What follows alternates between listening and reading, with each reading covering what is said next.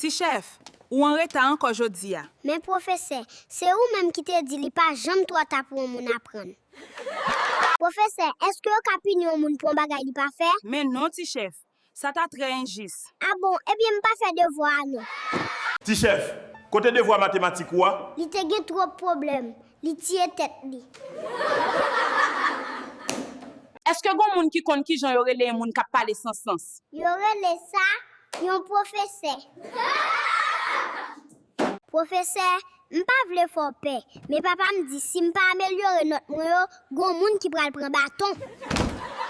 Si ou te gen $1 et pour demander papa on l'autre, combien ou ap gen? $1. Ou pas konn compter? Ou pas kon papa. Mais espère pas trop ap gade faire examen Tommy a ti chef.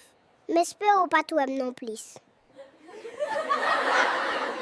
Si ou te jwen $10 nan men 10 moun différents, qui sont ta gen? Yon nouveau bicyclette.